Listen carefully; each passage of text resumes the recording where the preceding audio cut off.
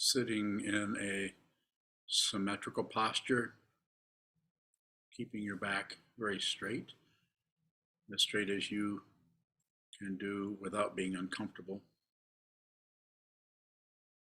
And just observe whatever continues to move around in the mind stream, in the sense fields. Just observe.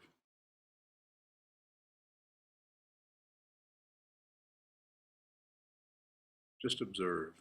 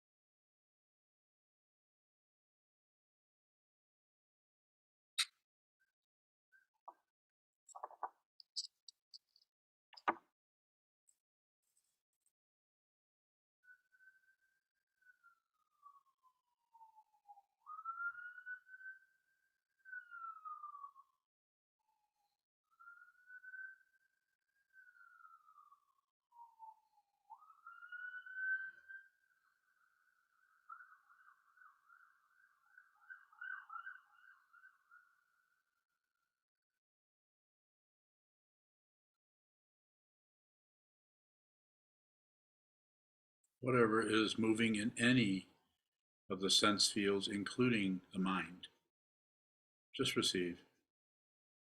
Don't abandon anything for what you think about it. Just receive.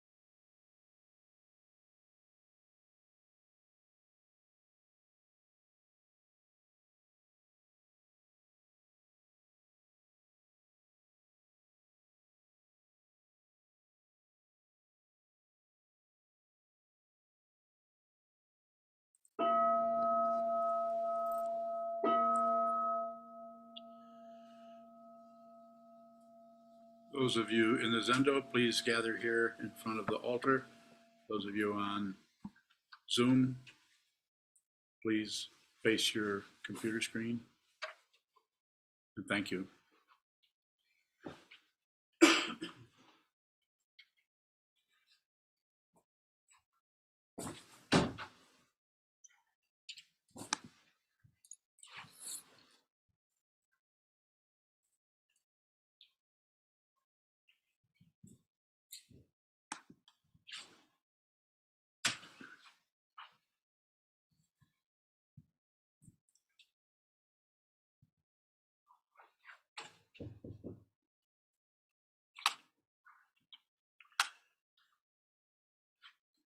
First of all, thank you for all of the help you give us, the support you give to the monastery and to the Sangha and to this teacher, this teaching.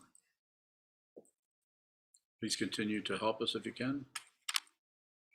We spent part of the afternoon talking to the architect and their crew about how to work on this Buddha Hall, which is still slowly coming together. We'll be having drawing some illustrations of how that's, what the proposal is for that soon, and we'll show them to you. And then we'll, at that point, we'll ask for your help. If you can help us, please do. If you can't, then please continue to join us no matter what. No fee is charged. The talk title today is one that has been covered a lot in Buddhist teachings down through the centuries and was first mentioned by the Buddha. His first teaching was actually suffering. That's the title, suffering. Life is suffering. If you're alive, you're going to suffer. You're alive. You have nerve endings, lots of them. Just all it takes is a little bit of difficulty, something too sharp, too rough, too hard, too, for us to feel through just a sense of touch, suffering. It can be just a needle poke.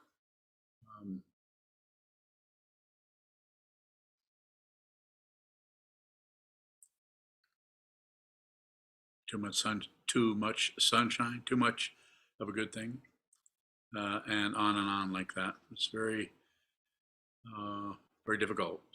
Traditionally, the three types of suffering are the pain of pain, which is what I'm referring to here by the pain of having your skin abraded or poked, or having your arm broken, or fall down a flight of stairs, on and on. I could go on and on. Don't need to. We all know about that.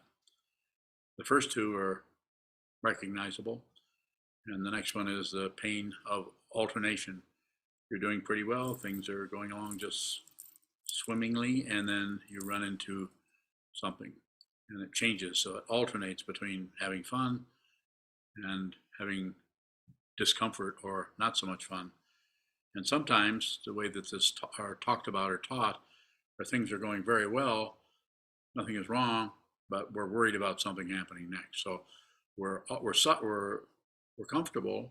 You could say that we're not suffering, but we are in our mind stream because we're worried about what's next, what is next, what is just around the corner that is going to alternate from feeling pretty good into not doing so well. It's like the car ride to the dentist, that kind of thing. Won't last.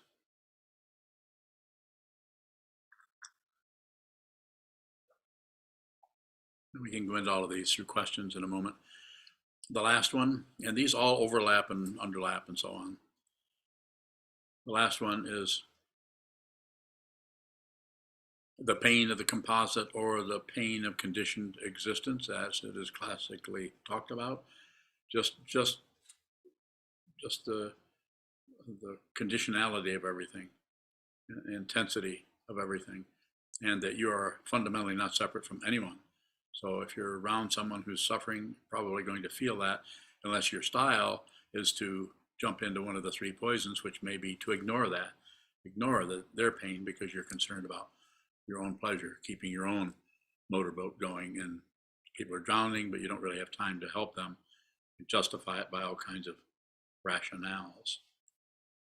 Most people do not know they're suffering because they're successful at the relative area they're covering it up, distracting themselves away from what might show up as boredom for a little while, but as the boredom is not filled in with entertainment, then that boredom gets more and more difficult until it actually tumbles into some kind of fundamental anxiety that most people are avoiding.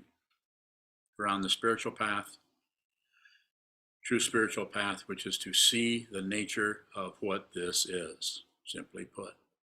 If you're on that path and you have a teacher and a community, as we do here, then you can work on it. There's a way to work with this. You don't have to stop having a beer or having some popcorn and watching a movie. Although it's turned up that way, where ascetics actually stop eating, won't eat anything after noon, and won't have any intimate relationships with anyone, thinking that somehow staying away from all that is somehow going to help you transcend the mundane path of right and wrong, up and down, back and forth, life and death. I disagree with that. But I would also say that in past centuries, this might be the only way you could really do this, is to actually have a monastery with monks, men, of course, who are celibate, who are not going to indulge in anything, or are going to take themselves away from the pleasure so that they won't run the risk of being addicted. But what does that create? Someone who's ignoring. It creates an aspect of consciousness that looks like we're doing pretty good. At least we have a lot of self-discipline. Well, my understanding of discipline is not about control. Although I had a doctor yesterday look at me that I'm having some difficulty with something and say, kind of like, I don't remember exactly what he said. Well, you're a Buddhist monk, so you can control, or you can discipline. You have a lot of discipline. You've been doing this for a long time. Wasn't that what he said? And what did I say? Not to argue, but there's a different understanding of discipline. Yeah, I didn't argue with him, but I just said that discipline was not about control, it's about awareness. And wouldn't you know, he had no further questions. And why wouldn't he have any further questions? What do you think? No curiosity about anything other than what he thinks.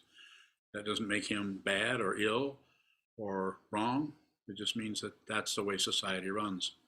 We have standards which we run everything by.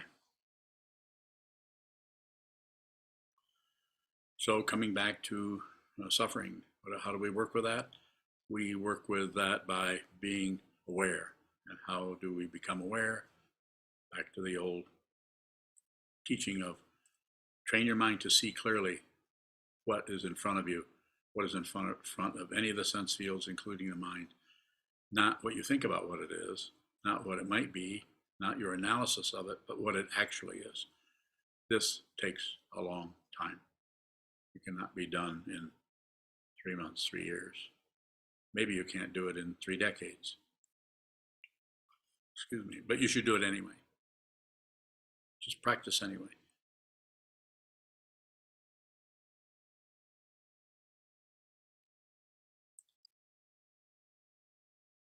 Questions about suffering would be good. Something else if you have it. Kayun bowing. Kayun. As you described the pain of the composite, you said if you're near somebody who is having difficulty, you might experience that, but you've also said that people don't pour feelings into you. I do. So what's the contrast between those seemingly different experiences, bowing? So the people don't pour feelings into you is, I'm just saying that no one is, even though somebody does something that triggers a reaction in you, which creates anger or distress or confusion or feeling like you're being blamed for something you didn't do, or something that is so uncomfortable you just want to turn away and think about something else, passion, aggression, and ignorance. So what I'm saying by no one's pouring feelings into you, that shows up when you feel like somebody somebody is to blame for how you feel. You're feeling a certain way, and you wouldn't feel this way if that person hadn't looked at you this way or said this or done that. So therefore you get to blame them because they caused it, because before they did that, you felt just fine. So it's just the way we work with relative truth is to immediately go to cause and effect, and which is relatively correct the first 30 seconds. But the 30 years before that occurred, this boat is sailing in your direction. It's coming. It's a landslide of otherness, a landslide of dependent origination. Unless you begin to see that, you will continue to live your life by through credit and blame, thinking that someone else causes your emotions rather than being responsible for your emotions yourself. Whenever you feel anything, you feel it. Not your ego, but just the consciousness. Just like when your fingertips hit a hot stove or a hot skillet. No one's doing that to you. You can't blame the person who invented the skillet. But that's part of it. It would not have happened had the person not invented the skillet, or any number of things. If you hadn't stood so close to the stove, we always look for cause so that we can stop that from ever happening again. More? Okay. High-end bowing. So if we're around somebody, let's say, who's experiencing intense grief, and that gives rise to a feeling of grief in us, are we feeling our own feelings, or is that feeling their feelings, bowing? You're always feeling your own feelings on a fundamental level, a relative level. Of course, they're your own feelings. You're resonating with someone else by their action, by feeling so grief-stricken, resonates with areas in your consciousness where you maybe have covered that up, or maybe have had similar feelings. There's a number of little stories that could be generated around that, but you're not really sure exactly what the cause and effect is because it is so very complicated. And so that is showing up there. And but the pain of the composite, if you take it a little bit further, actually even those feelings are yours from the teaching point of view, but from the realization point of view, they aren't anybody's feelings. Nobody has any feelings. Nobody owns anything.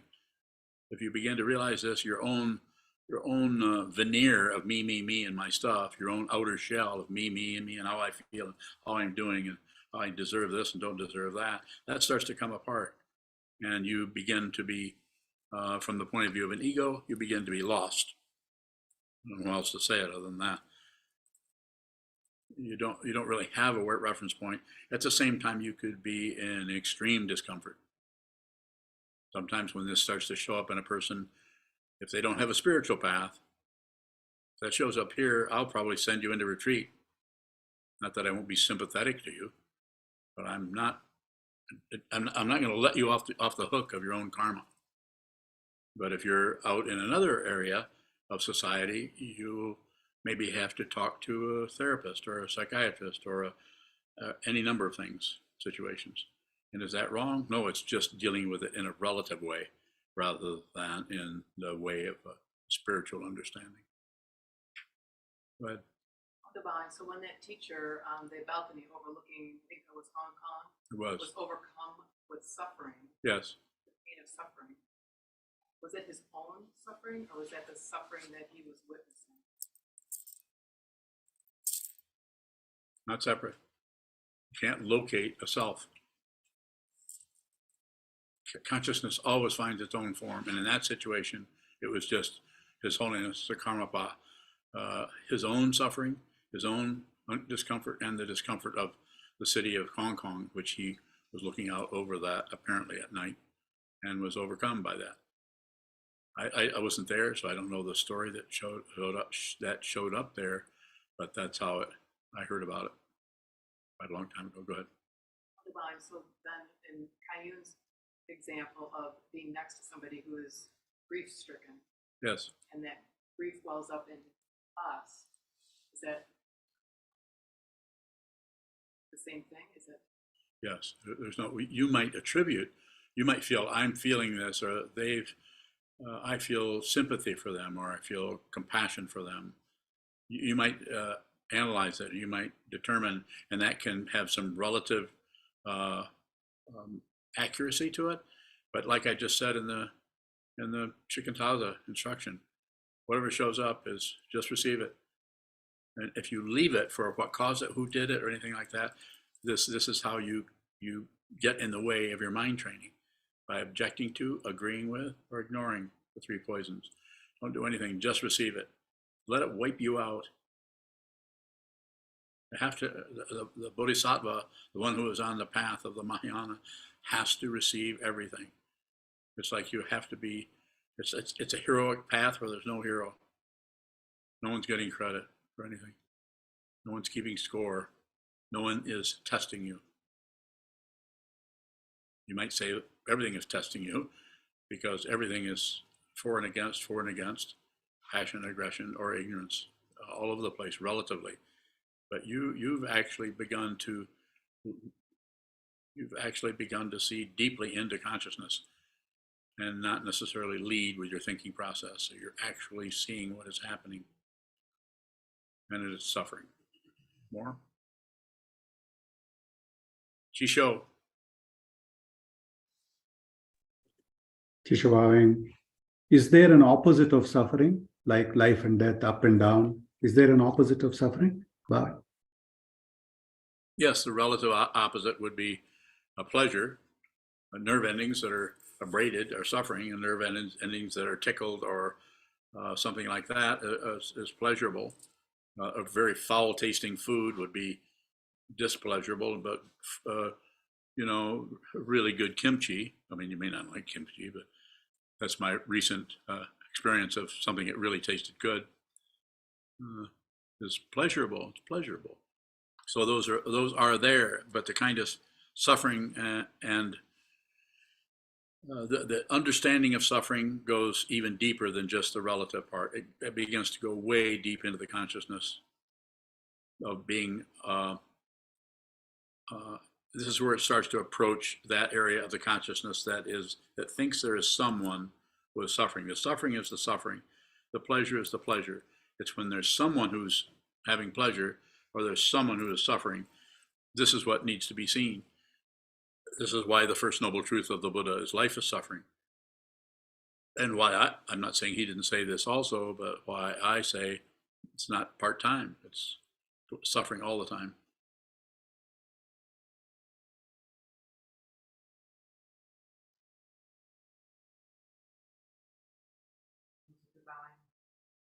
With the second noble truth being that the cause of suffering is wanting something else. Yes.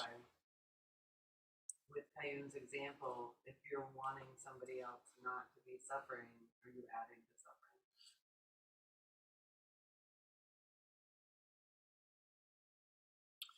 No,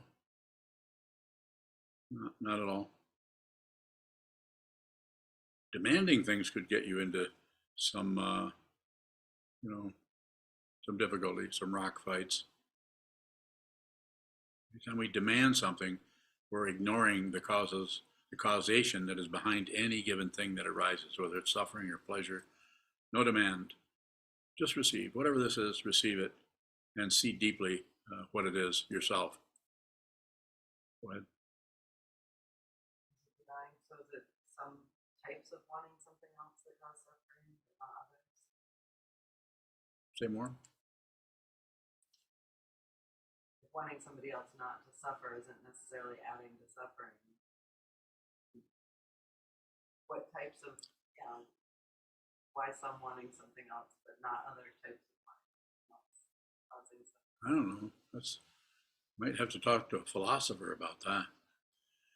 What it comes down to is there isn't a fundamental nature. There aren't two things anywhere. So this area of not wanting, not wanting, starts to mix it up in such a way that it strengthens the illusion of otherness. So keep it very simple. Just receive, and notice when you object, and when the objection kind of wears out. If you're just looking at it, then anything you come up with that is against or for or ignoring starts to come apart. I mean, we could go into the area you talked about, but then I would have to be a philosopher, and so would you. Sokuzan. If I see the knee-jerk cover-up, is it helpful to push through it? Situationally, sometimes you might push on it a little bit, but it would be a situation that would come out of your awareness of that rather than some kind of goal to control things. So there may be some kind of leaning into something a little bit.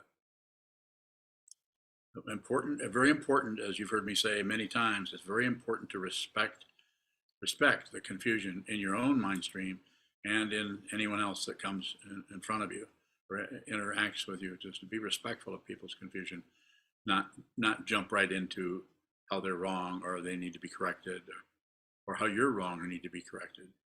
It's called patience. That's how we work with anger. Patience. Wait, watch that for a while.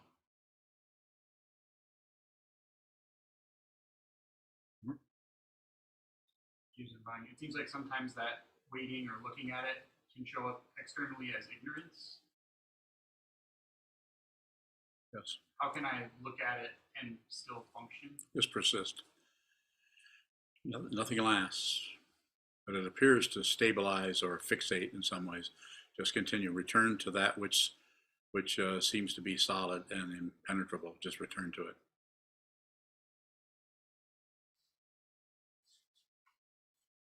Shisho. We'll get to you next.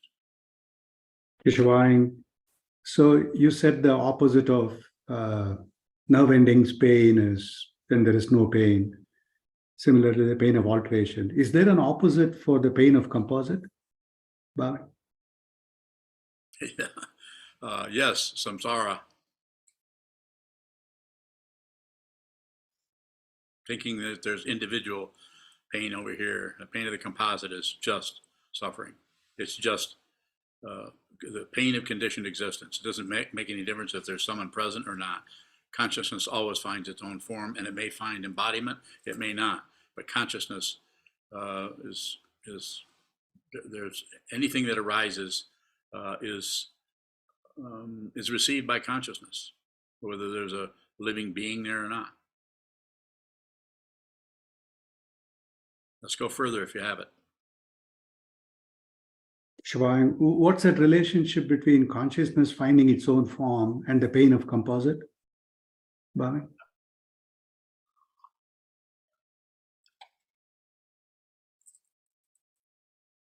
How does it look to you? Don't know? Shivang, I don't know. I mean, other than it drives me in the sense of the fundamental question of what is this? But I don't know. Yeah, I don't know if there is an opposite for it or how will I? So my question is, even if I'm facing that in a relative sense, how can I ever make out the pain of composite if I don't know what its opposite is? Bhavi? I don't know. I would say keep contemplating that rather than for me to give you some kind of a reference point for it. That's a pretty good area, not only for you, but for anyone to just look at that. Look at the pain of pain, pretty easy to see that. Look at the pain of the alternation, pretty easy to see that. The pain of the composite, we sense there's something in that, the pain of conditioned existence or the pain of the composite. But as long as there's a separate being here that is making an assumption, albeit hidden, that you are somebody sitting on a chair or on a cushion with hands in the air, talking, as long as that looks like it's real, that is somebody who is trying to understand the Buddha's Dharma. So as long as there's some otherness happening there, then that area of the pain of the composite is being covered up by belief in the self, belief in an other, as if there's something that is hidden. The pain of the composite is not hidden. Sometimes if it really strikes you, it will probably knock you right off your feet or off your chair.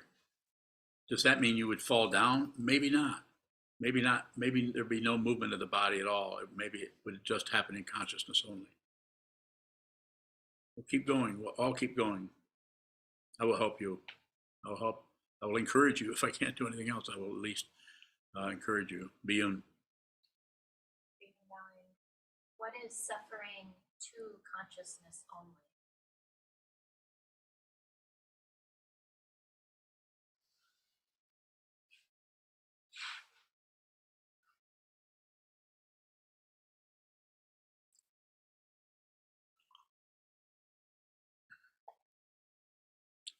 There is none.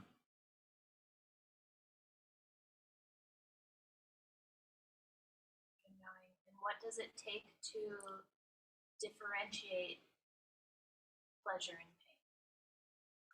Just look at it. It's rather like when I say there is none, I'm not saying that you might not be haunted for the rest of your life by suffering. I'm saying what I would give as an example is to be having a dream where something is chasing you, where you are absolutely terrified, and you wake up shocked that you haven't crapped the bed because you're so terrified. It's unreal. So all that suffering that was happening there is imaginary. And it has to do with being substantiated by nerve endings. This pain that I'm having in my palm of my hand with a needle or with capsaicin cream or something like that that really causes irritation is relatively real. It's very real. So we use this belief in a body to substantiate, reify, validate all the other kinds of pain. But that example there that I just gave you, we all had that, a nightmare that's just, we awake and say, oh, I'm so glad that was just a nightmare. That would have been horrible had that been real. Well, that's just an example that it's unreal, vividly unreal in emptiness. But we have to see it, and we have to see it right through the nerve endings. This is why the way that I teach, not the only way, there's other ways to do this, but the way that I teach is to just watch what moves, watch the emotions come and go in the mind, watch the chatter, the subconscious gossip coming and going through the mind stream, trying to find a self that's wrong, a self that's right, a self out there that should be pointed out or should be chastised, some otherness, some kind of warfare in one direction or another.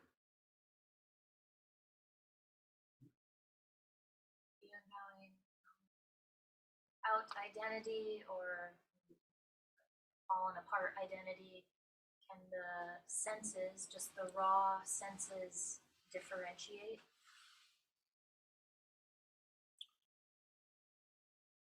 Well, when you say differentiate, you mean the left hand gets confused about what the right hand's feeling? Well, I'm talking about pleasure and pain.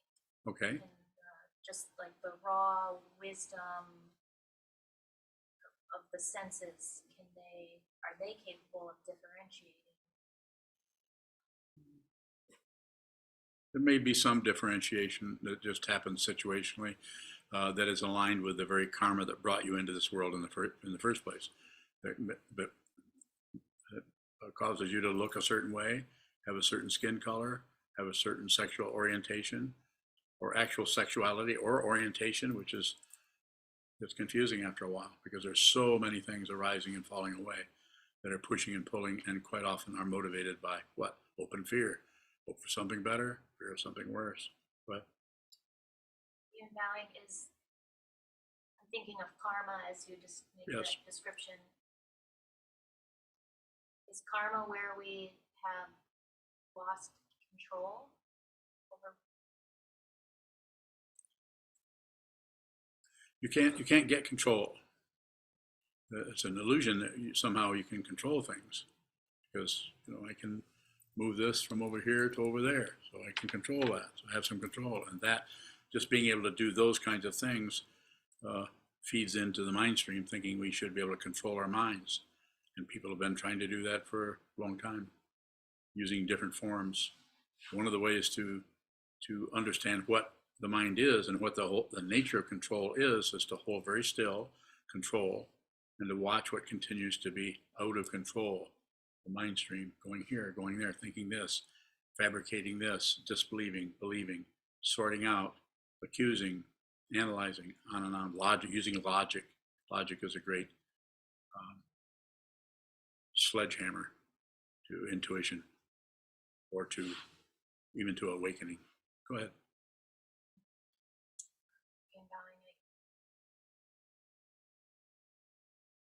wondering if anybody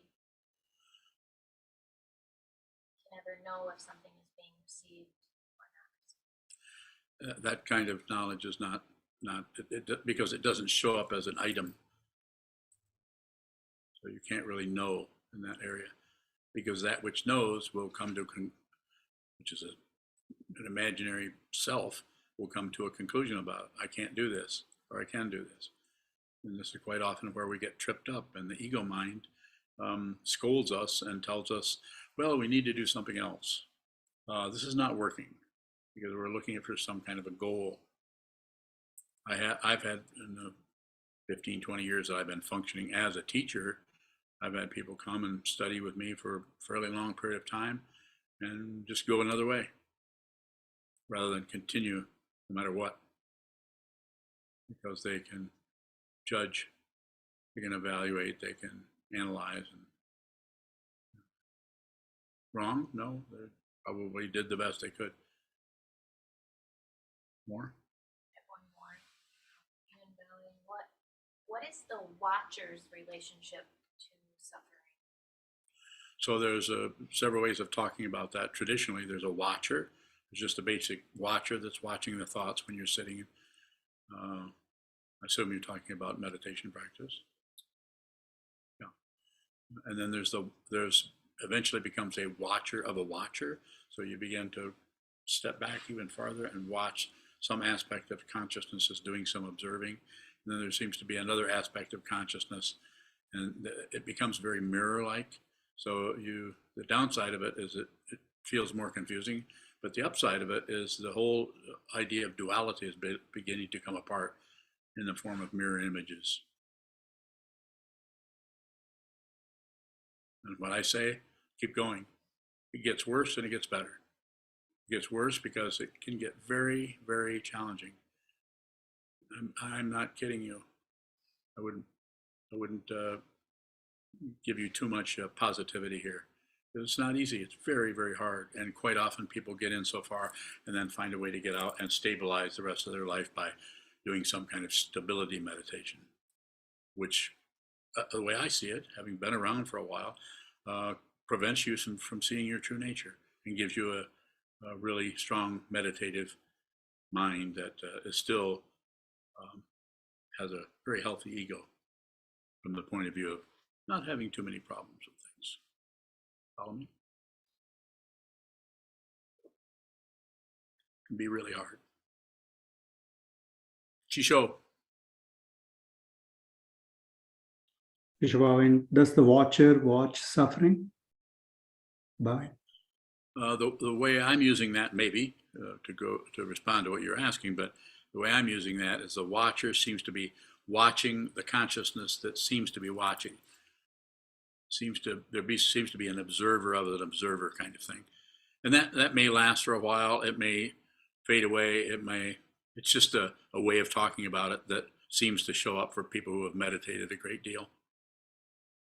Mahesh. Mahesh Bowing. So when you talk about the stabilizing the mind or stability kind of thing, so why is it that if I use a stable kind of concentration practice for some time, why is it not better compared to like just sitting and spinning with Shikantaza bowing? Well, my understanding of it, I'm not correcting all the people who are teaching shamatha vipassana or vipassana or do whatever, some people that's the kind they need to be doing. And if you want my explanation for it, all I can say is I'm not interested in stabilizing anybody. I'm interested in you awakening to your true nature, which could be completely chaotic for one person and somewhat stable for another. And another one might go between stability and chaos. I have students who are doing that practically, if not daily, weekly. And I don't try to get them to stabilize. Whatever shit is arising in their mind, I say, eat it, receive it, taste it. I have even said to some people, let it kill you. Because some people are so terrified, they feel like they're going to die because of their emotions. They're so hard. I don't know when I meet you, I don't know the karma that brought you in front of this old man. but I know the karma that brought me in front of you, and it sucked. To paraphrase the Buddha, it was bad, but I'm here, and I'm not about to make sure that the rug does not get pulled out from under you. But try to receive everything as a teaching. If you just become a student 24/7, always be a student, always, whether it's the teaching person or whether it's the Sangha, whether it's your your lover or a road agent from Texas, doesn't matter. But whatever shows up is a teaching. It's a teaching, and if you're a student. And so when you ask about stability meditation, as I've said to you before, go ahead, stabilize yourself. You have a teacher, at least you did, and whatever he, she, or they are teaching, then stabilize your mind. But if you're asking me, I said, don't worry about stability. Don't worry about anything. Just sit down, hold very still, and watch the chaos of the mind come and go until it just wears out. Because it will wear out. I can't guarantee it, but that's what I did based on what my teacher told me was to see what this is. Go ahead, Mahesh. Mahesh bowing. My problem is that I'm worried that when I sit in the Shikantaza style, my mind is spinning a lot, and maybe some kind of practice on breath meditation and then coming back to Shikantaza probably will work for me. How do I know if that will work for me or not? If you're asking me, I'm going to say no. That's a misunderstanding. That's don't stay in the train station and wait for the right train to come by. You're on the train. If you're talking to me, you've already gone off the cliff. Now, I'm not saying you can't recover, climb back up in the cliff, and camp out on the ledge. Go ahead. But if you're talking to me, you're ready to hear this, because I'll keep telling you over and over and over again, is whatever life I have left in me, to continue to realize your true nature by watching the chaos in the mind. Do not try to stabilize the chaos. This is passion, aggression, and ignorance, just in a ball of control. It's a very macho kind of thing that I think, speculation, that basically men have developed over the centuries. Not to say that women are free of that, of course not, but it seems like a very masculine approach. That's why we have this testing, and that's why we have, instead of just fundamentally training people, we want to test them to see how they're doing. That's none of your business how you're doing. When I say none of your business, there's no one there. And if you think it's some of your business, then you're just reifying the very thing you're trying to see through. Is the illusion of a self. You can see me get riled up when I start talking about this, because it's so obvious. What I'm looking at is so obvious. That's why I'm able to even sit here and do this. And I invite you, come and take me apart. There isn't anyone here. I'm just as upset as you are. I'm suffering also. When I say I'm suffering, I'm saying the suffering arises, it comes and goes and comes and goes. The only difference might be is it's not happening to someone. So therefore, this whatever this is can't be affected. It can't be stopped from teaching. If I were falling off a cliff, which I am, if I were falling into a fire, which I am, if I were being eaten by a dragon, which I am, I would still teach. I have to teach. So, and I'm saying back to you, if you want to train your mind, then just sit down, hold still, think about it, just reflect on it for a few moments. It's not even a fancy idea. Sit down, hold very still, and watch the movement of the mind, because the movement of the mind is the chaos that is generated out of passion, aggression, and ignorance, where the self is trying to be protected. And so if you want to go back to a stability meditation and you want to do that, and go and do it, but don't ask me about it. That's your big mistake. If you ask me, I'm going to say, no, don't do that. Receive the suffering that comes up. Receive the first noble truth before you go to anything else. Be the suffering. It's not nihilism. It's not negativity. It's the truth. Further question, Mahesh? Mahesh going. I mean, I'm not decided either way. Like I'm just whenever I sit in Shikantaza and mind is spinning, I notice that if I follow breath, it's better. So that's why I keep running into those doubts. Yeah, but thanks for answering my question, Bhavan. Yeah, just do it anyway, if you can. So the mind is spinning. You know what I call that? Awareness. There isn't a person here whose mind isn't spinning, including this old monk. Mind is spinning. I watch it spin all the time. But there's no one watching it. It's just spinning. And it can't find a self anywhere. But your situation may be a little different, if I may be allowed to say so. You think there's someone spinning. And spinning if the spinning can't find itself, then what's the problem? It's just spinning. It's just karma, cause and effect, cause and effect, cause and effect. It's just perception only, without a perceiver and without anything that is perceived. It's the basic teaching there in the Buddhist tradition is called emptiness, which is still the path. We still have to see that even emptiness is empty. It takes a while. Have a few more minutes if there are other, yes. No, following question from YouTube from Maria. I'm Maria, a Zen priest. I have a hard time with saying I can't to people that need help. I feel like I'm the reason for their suffering. How can I process this? You are the reason for their suffering. If you're a priest, of course, drive all blames into yourself. Try to get out of anything. I don't know who your teacher is. If you're a transmitted priest, then maybe you don't have a teacher.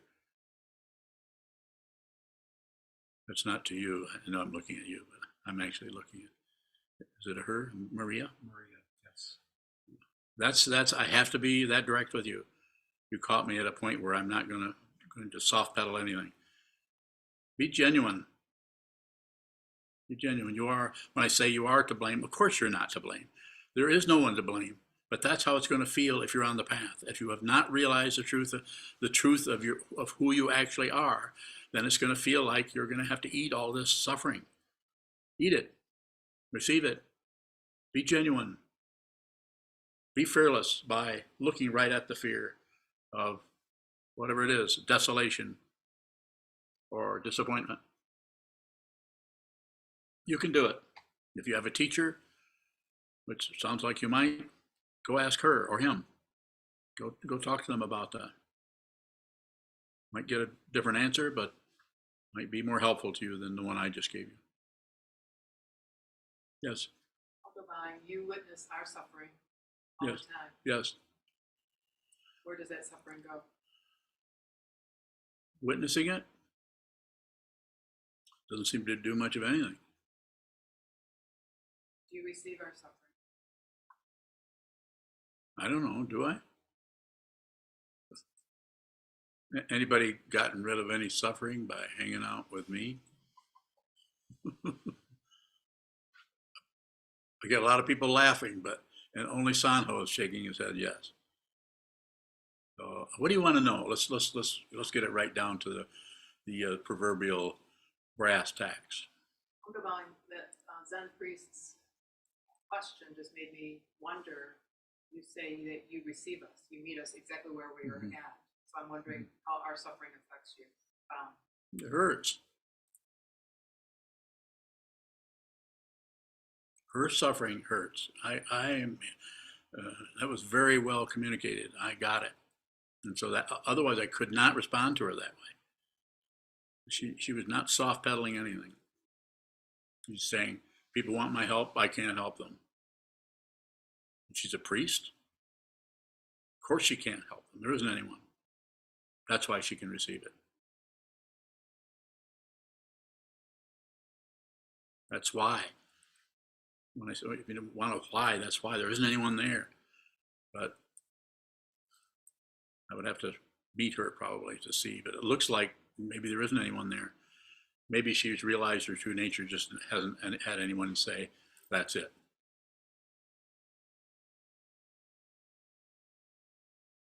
Life is suffering.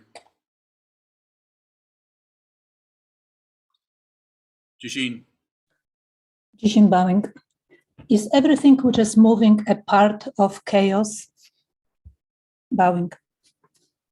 Everything just moving. is a part of chaos. Yes. What is not chaos? Things that are sure not confusing.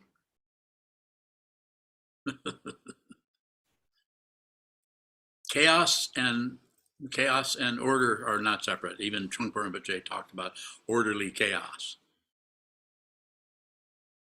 So you can't really wrap your head around it. You can't think it out and figure it out why or how it is. And if you realize your true nature, you realize you're not separate from anything, that you go beyond the duality that magnetizes us into right and wrong, up and down, back and forth, life and death, and you see that subject and object are not two different things. They just look that way. This is the illusion we are deluded by.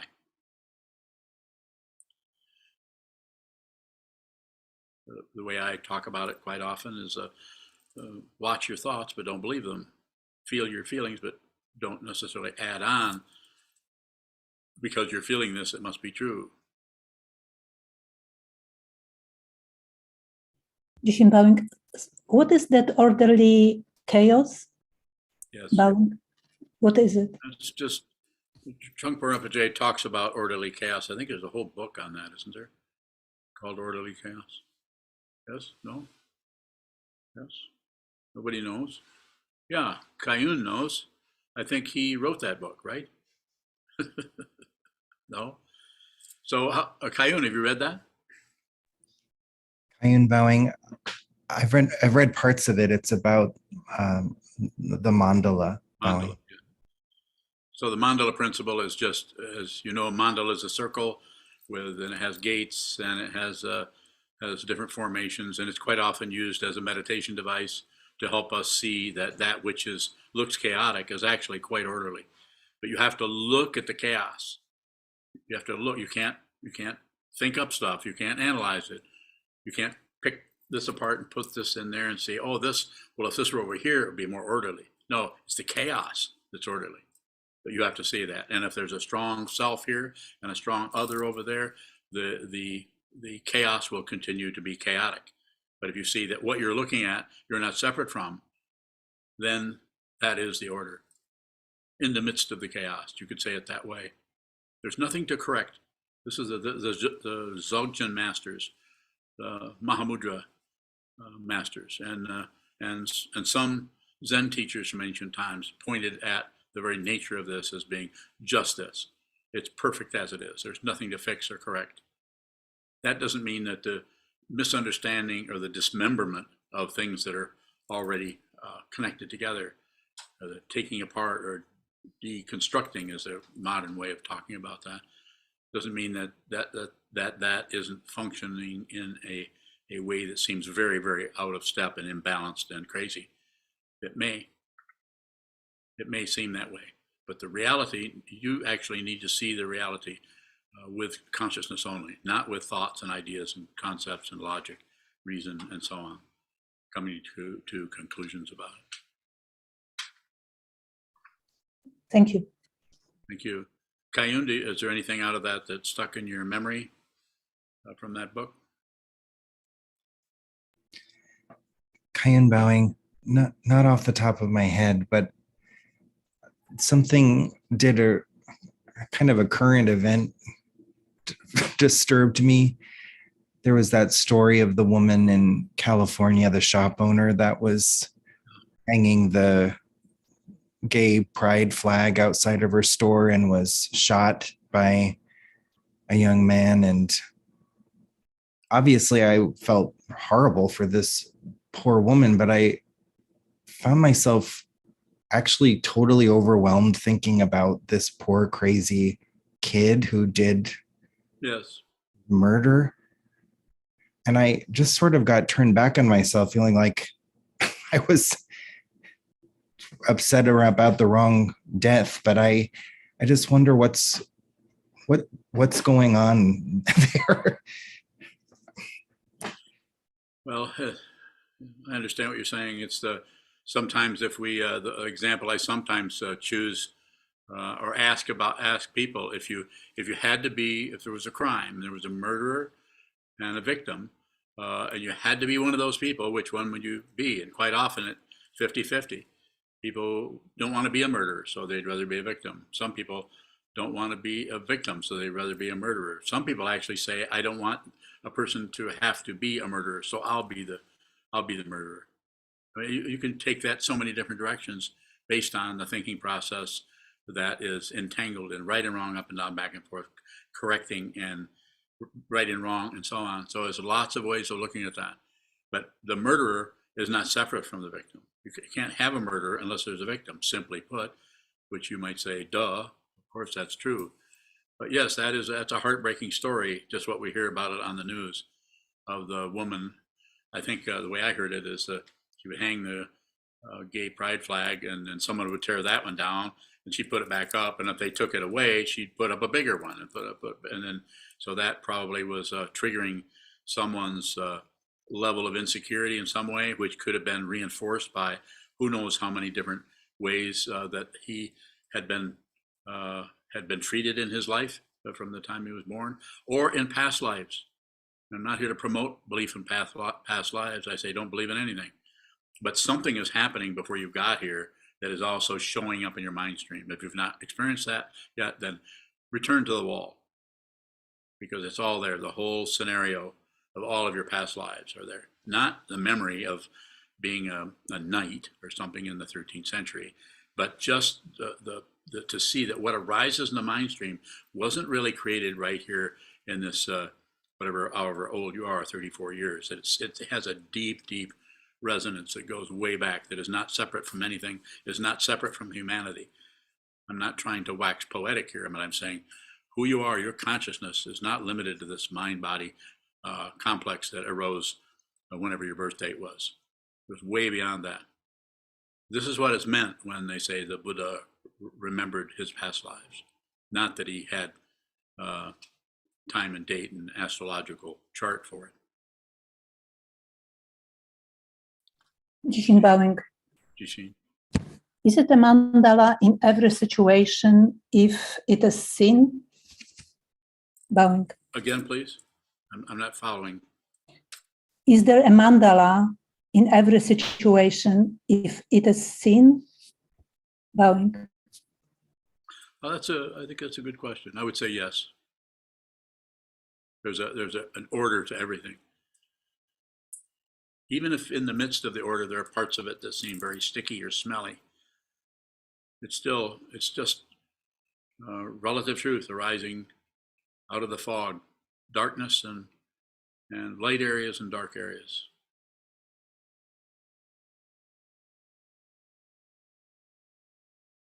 Is there I don't know where we're at time. Is there a final question somewhere? Hang on just a minute. Look on the back screen. Okay, you have something? Yoka bowing, is dependent origination the order that arises? Dependent origination is a way to talk about the apparent particularities that come and go and come and go and seem like they have their own little identity or a group of cheerleaders. So when you see it, you don't see anything. I mean, you might see something a little bit, but you don't see some kind of explanation of everything. The differentiation between this and that, which you see in your mind, or you see in your life, or you see with the horrible situation that happened that Kayun was talking about, that maybe most of us might have seen on the news. Chaotic stuff. What do you want to know? Is that dependently arisen? Yes. Yes, it is. And so are the emotions that are attendant. Everything, even the imaginary self that arises, is dependently arisen. Everything that arises that you can point at, name, hit with a stick, or bite with your teeth is dependently arisen. So it's both existent and non-existent at the same time. So if I try to look at the order, am I limiting what I can see? Try to look at what? The order. No. Are you talking about sitting meditation? Or when you should be paying attention to traffic? Don't you drive a forklift? Yes. Yeah, well, I wouldn't fork around on that forklift.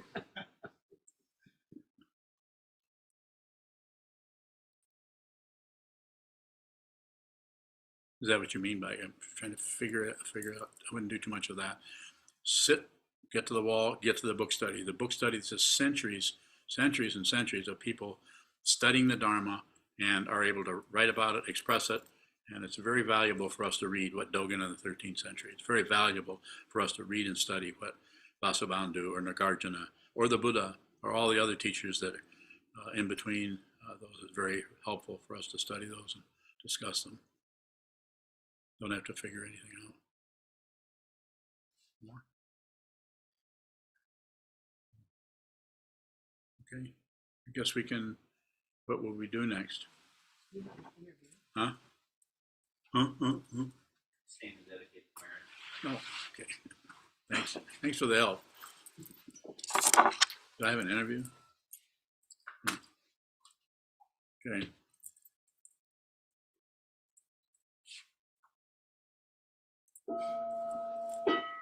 May the merit of this penetrate into all places, so that we and every sentient being together can realize the Buddha's way. Ji-ho san chi fu.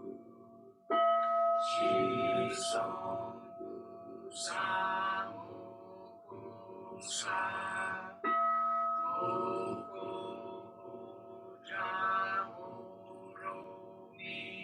The 10 directions of 3 times, all Buddhas, all venerable ones, Bodhisattvas, Mahasattvas, the great Prajna, Paramita,